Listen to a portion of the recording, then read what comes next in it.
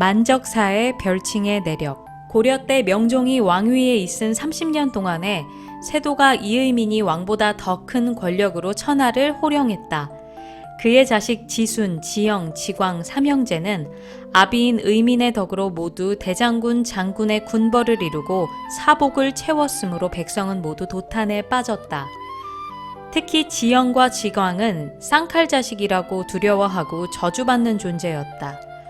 그들은 양반의 유부녀라도 반반한 여자는 강탈해서 음욕을 채웠고 심지어는 왕이 총애하는 궁녀까지도 강제로 범했다. 그러나 왕도 감히 그를 억제하지 못했다. 그러므로 상인이나 노예 계급에 대한 인권 유리는 실로 야만적이었고 공비나 사비의 반반한 계집은 그 아비와 남편을 죽이고 첩종으로 삼았으며 그러다가 싫으면 죽여버리고 또 새 계집을 약탈해다 범하고 했다. 이런 이의민의 사부자의 행패는 마침내 최충헌, 최충수 형제 등의 반대 정책에 의해 숙청되고 무능하던 암군 명종도 몰아내고 명종의 아우 평량공을 신종으로 등극시켰다. 이래서 정권의 상부구조는 혁신되었으나 양반 계급의 일반 민중과 노예 계급에 대한 태도는 조금도 다름이 없었다. 그들을 천대하고 혹사하는 새로운 상전이 바뀌었을 뿐이었다. 신종 치하의 천하는 최충헌이 실권을 잡았다.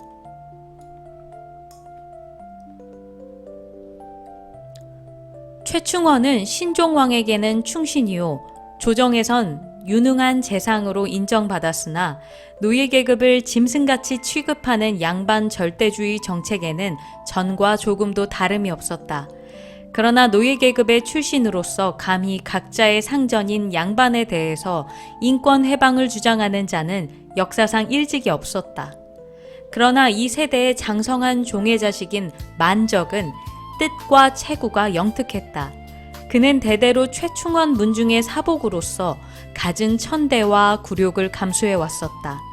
그는 어려서부터 부모와 같은 종노릇을 하기가 싫어서 집을 나가서 세상을 떠돌아다니며 공부라도 해서 하다못해 지방관청의 아전이 돼서 종의 신세를 면하려는 뜻을 품었다. 아전이 되려면 물론 글도 알아야 했고 그 출신 계급 중인이어야 했다. 그러나 종의 씨로서 중인이 되기에는 중인 계급의 아전이 양반되기보다도 더욱 어려웠다. 어렵다기보다도 절대적으로 가망이 없었다. 그는 소년 때부터 천하를 방랑하면서 글방을 찾아다니면서 머슴살이를 했다. 그리고 밤으로는 시골 양반 자식들 학동들의 어깨너머로 공부를 했다. 워낙 영특한 바탕에다 굳은 결심으로 하는 고학이었으므로 그의 학력은 시골 선비들이 따를 수가 없었다. 그는 향시다, 과거다 하고 출세의 꿈을 그려보았으나 어느 시골의 유력자도 그를 향시 자격에 추천해주지를 않았다. 그의 재질을 인정하는 동정자가 있다 손 치더라도 그에게는 중인 신분을 증명할 혈통이 없었기 때문이다. 종의 씨라는 것은 속였지만 그것이 탄로나면 자유로운 머슴살이조차 하지 못하고 그 부모의 종문서가 있는 상전집으로 잡혀가야 했던 것이다. 내가 아무리 혼자 공부를 해도 종문서 신분을 면할 수가 없다. 우리를 개돼지 취급하는 양반제도 자체를 타파하고 노예 계급의 인권을 해방시키지 않으면 절대 불가능하다. 나 혼자만의 종의 씨를 면하려는 것은 어리석은 일이야. 나와 같은 종의 신분에 우는 무리가 힘을 합쳐서 양반놈들을 응징하고 조정으로 하여금 이 극악한 노예제도를 칙령으로 폐지시키는 압력을 주는 수밖에 방법이 없다. 이것은 만적 청년이 방랑과 고학에서 얻은 인간 철학이요 정치 이념이었다. 이런 차관과 결심을 한 만적은 10년 만에 다시 고향인 서울 송도로 돌아왔다. 이미 죽은 자식으로 상전집에도 알려진 만적은 농민의 자식으로 신분을 속이고 어느 장삿집에 머슴살이로 들어왔다. 밥을 빌어먹어도 그 저주할 양반집 대문을 드나들고 싶지 않았기 때문이다. 다만 양반집에서 허리가 꼬부라져서까지 천한 종노릇하는 부모와는 비밀로 연락해서 가끔 몰래 만나곤 했다. 그러나 부모에게까지도 노예해방 운동에 대한 계획은 끝까지 숨겼다. 얼마 안 되면 편히 모실 테니까 조금만 더 고생하시고 참으세요. 그런 막연한 위로만 했다. 늙은 부모를 봉양할 힘이 부족한 그의 처지였지만 종의 신세인 부모는 절대로 상전의 허락 없이는 그 집을 나올 수 없는 개, 돼지와 같았기 때문이다. 그는 장사꾼 집에 고용을 살았지만 장사일을 돕는 편한 일은 원하지 않았고 그 집에서 농사짓는 머슴 일을 원했다. 자넨 글도 잘하니까 장사 같은 걸 해줬으면 더 좋겠는데 왜 힘든 농사바라지를 해주겠다는 거야? 사람 좋은 인삼장수 주인은 그를 상점 서기로 쓰고 싶어 했다. 그리래야 제 이름을 알 정도고요. 어디 그런 어려운 치부책을 다룰 정도가 돼야죠. 배운 것이라곤 똥장군 지고서 산에서 나무 해오는 것밖에는 없어요. 하고 주인을 속여서까지 머슴 일을 했다. 그것이 산과들에서 남의 눈을 피해 동지를 모아 모의하기에 편리했기 때문이다. 만적은 머슴이 된 그날부터 충실하게 주인 일을 보았다. 우선 주인과 이웃집 신용을 얻기 위한 수단이었다. 시키지 않는 일까지 잘했기 때문에 주인집에서 특별히 잘 대우했다. 같은 한 직의 나무를 해와도 다른 집 머슴의 곱절의 분량을 꼭꼭 다져서 지고 들어왔다. 이웃집에는 복덩이가 들어왔어. 다른 집 머슴의 곱절 일을 하거든.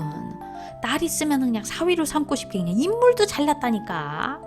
그런 이웃 칭찬까지 받게 되었다. 그런 신용을 얻은 만적은 마침내 자기 행동에 의심을 할 사람이 없게 되었다. 비밀 운동을 할 수 있는 자유를 얻게 된 것이다. 그는 똑똑한 종의 자식들을 동지로 물색해서 하나씩 둘씩 획득했다. 그들의 비밀 집회 장소는 송악산 박연폭포 및 바위 뒤로 결정했다. 그곳은 산을 다니는 사람에게도 보이지 않고 그들의 비밀 얘기도 폭포물 소리 때문에 멀리선 잘 들리지 않았기 때문이다. 동지 6명을 얻은 뒤에 그는 그 박연폭포 밑에서 정식으로 비밀 결사대를 선언했다. 자고로 역사를 보면 미천한 집의 출신으로도 힘만 있으면 왕도 되었고 관대장도 되었어. 왕후 장상의 씨가 따로 있는 게 아니야.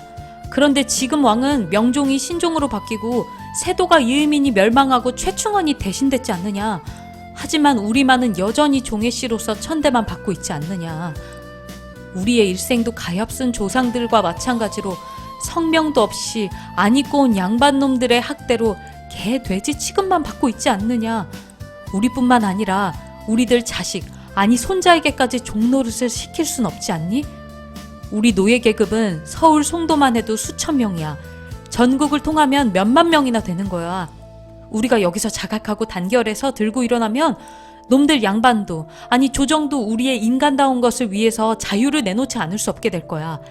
만일 우리의 이 장거가 실패로 돌아가는 한이 있더라도 놈들 양반 계급은 앞으로 우리의 이 반란을 두려워해서라도 좀 반성하고 현재 개, 돼지 취급보다는 조금 더 대우를 낮게 해줄 거야. 만적은 침착하면서도 피를 토하는 웅변을 토했다. 5명의 그의 동지들에겐 그의 열변 이외엔 우레 같은 폭포 소리조차 들리지 않았다. 이런 웅변을 생전 처음 듣는 자기들의 귀를 의심했다. 모두가 어려서부터 피와 뼈 속에 사무쳤던 비통한 원한이 당장에 풀리는 듯한 쾌감을 느꼈다. 그렇다! 왕후 장상의 씨나 종의 씨가 따로 있는 게 아니다. 다 같은 인간이다. 같은 인간의 자유와 권리를 빼앗긴 채 찾지 못하는 건 우리 자신들이 못나고 힘이 없기 때문이다. 한 동지가 찬성 연설을 했다. 그 못난 건 나, 너, 자네들 하나하나가 팔다리 병신이라서가 아니요. 쓸개가 빠진 놈이라서도 아니야. 우리가 모두 그날그날 자기 혼자만의 편리만 도모하려 하고 극악무도한 상전놈의 행패를 분해 여기면서도 거짓 아첨을 하고 있기 때문이야. 우리가 그런 비굴한 그야말로 종해씨 근성이 있기 때문이야. 그걸 버리고 우리 동포 전부가 자유롭게 살기 위해서 싸우고자 뭉치기만 하면 무서운 힘이 될 거야. 만적은 동지를 많이 모집하고 결사단결을 하자고 역설했다. 지금 이 자리에 6동지가 60명으로, 600명으로, 6,000명으로 커지면 놈들 안 입고 온 양반들 해치우는 건 문제도 아니야. 그런 상의 끝에 그들은 비밀동지 배가 조직의 활동 방침을 세웠다. 6이 12로, 12이 30으로, 30이 60으로. 그래, 그렇게 되면 2-3달이면 수천 명이 된다. 그런 방침을 정하고 반달 뒤에 나무꾼으로 가장하고 박연 폭포 밑으로 집합하면 비밀동지의 수는 50명이나 되었다. 50명부터의 배가 운동이 제대로 되면 1000명이 되기는 아주 쉬운 일이었다. 만적은 이 자리에서 미리 준비했던 조그만 정자형의 황금판을 한 개씩 나누어 주었다. 이것이 우리 동지를 서로 표시하는 비밀 동지증이다. 이름은 황금판이었지만 쇠로 된 정자형의 노란 종이를 바른 일종의 당원증이었다. 조직이 커지면 서로 얼굴 모르는 동지들과 연락을 하는데 비밀 신호가 있어야 했기 때문에 만적은 그런 명예로운 황금 메달을 고안해서 동지의 신의와 단결을 도모했던 것이다. 이러한 비밀 조직의 지하 운동은 그들 사회에 물배듯이 침투해갔다. 다음 달 초하루에 큰 재가 있는 때를 기회로 삼아서 동지들이 거사할 준비로 흥국사에 집결하기로 했다. 그들의 계획으로는 그날쯤은 노예 해방을 위한 혁명동지의 수요가 1000여 명이 될 것으로 계산했던 것이다. 그만한 병력이 모이면 그 길로 일대는 대궐로 몰려들어가고 일대는 대궐박 요소들을 점령한 뒤에 우선 정승 최충원을 잡아 죽이고 각각 자기 소속의 상전을 죽인 뒤에 왕에게 위협하여 노예 해방의 칙서를 발동시켜서 일거에 전국 경양의 관료 양반을 축출하고 혁명 동지들이 전부 그 지위를 타고 앉을 계획이었다. 그러나 막상 그날 흥국사에 모이고 보니 동지의 수요가 500명에 지나지 않았다. 500명으로는 아무리 기습작전을 감행한다 해도 궁궐 내외를 완전히 점령할 병력으로서는 부족했다. 만적은 실망했다. 거사의 기일을 연장하지 않을 수 없게 됐지만 만적은 그러나 용기를 잃지 않고 새로운 지령을 내렸다. 묘단 무오일에 다시 보제사로 모이자. 그때까진 이미 동지로서 불참한 자와 그동안 새로 획득한 동지를 전부 동원해서 1000명의 병력을 채우도록 힘쓰자. 다만 각별히 주의할 건 절대로 비밀을 누설치 말아야 한다. 비밀을 누설하면 일은 실패되고 동지 전부가 놈들한테 몰살당하게 해요. 동지들은 모두 그런 맹세를 했다. 그러나 호사엔 언제나 마가 끼는 법이다. 노예 해방의 혁명 동지로 참가했던 순정이라는 자가 마침내 동지와의 맹세를 배반하고 말았기 때문이다. 순정은 유락 박사 한충류의 집의 종이었다. 그는 머리도 영리하고 부지런해서 상전 한 박사의 신임을 받고 종으로선 후한 대우를 받았었다. 진심으로 종의 지위에 만족하고 있는 소위 충복은 아니었지만 자기 일신의 안락을 위해 아첨을 잘했으며 그 때문에 한 박사의 귀여움을 받는 사냥개와 같은 위인이었다. 주인 한 박사는 늙은 총각이었던 순정에게 예쁘장한 계집종을 아내로 장가보내준 지가 며칠 안 된 때였다. 아내와의 신혼생활은 늙은 총각에게 달콤한 행복을 맛보여줬다. 흥국사 제구경 재미났어요? 아내는 절에서 돌아온 남편 순정에게 물었다. 굉장한 구경꾼이 모였는데 우선 사람 구경이 재미났어. 어느 대감댁제래요? 그거는 모르지만 제구경을 가지 않았던 순정은 그런 데는 관심이 없었던 것이다. 굉장한 제라서 폐물장수도 많이 모였더라죠? 그런 모양이더군. 그런 모양이라고 얼버무릴 작정이에요? 그래, 나에게 아무 선물도 안 사왔구만요? 아내는 제법 섭섭하다는 말투였다. 거긴 이런 금폐물을 구해왔지. 순정은 얼결에 노란 종이로 도금한 정자판을 내보이며 빙그레 웃었다. 그게 뭔데요? 하고 아내는 남편의 손에서 받으려고 했다. 그러나 순정은 얼른 감추면서 아니야, 이거는 길에서 주운 애들 장난감이야 하고 얼버무려 버리려 했다. 그만둬요. 그 금폐물은 그전부터 좋아하던 딴 계집할 때 준 생각이건만요. 아내는 일부러 애교를 피웠다. 순정은 아내의 질투에 겁이 났다. 그리고 서로 믿고 사랑하는 아내에게만은 그 금폐물의 비밀을 알려줘서 무방할 일이 없다고 생각했다. 오히려 자랑할 생각까지 났던 것이다. 그래서 그는 만적이 주동이 된 비밀운동의 내막을 누설했다. 임잔들, 종신새로 세상을 마치고 싶지는 않잖아. 우리 부부도 이 넓은 천지에서 팔다리 쫙 펴고서 그냥 맘대로 살게 될 거야. 처음엔 깜짝 놀라고 다음엔 잠깐 미소 짓던 아내의 얼굴은 점점 침울하게 흐려져 갔다. 하지만 그런 무험한 일이 뜻대로 성공할까요? 걱정 마. 임자도 영의정 가마를 타게 될 테니까. 지극히 단순한 말이었다.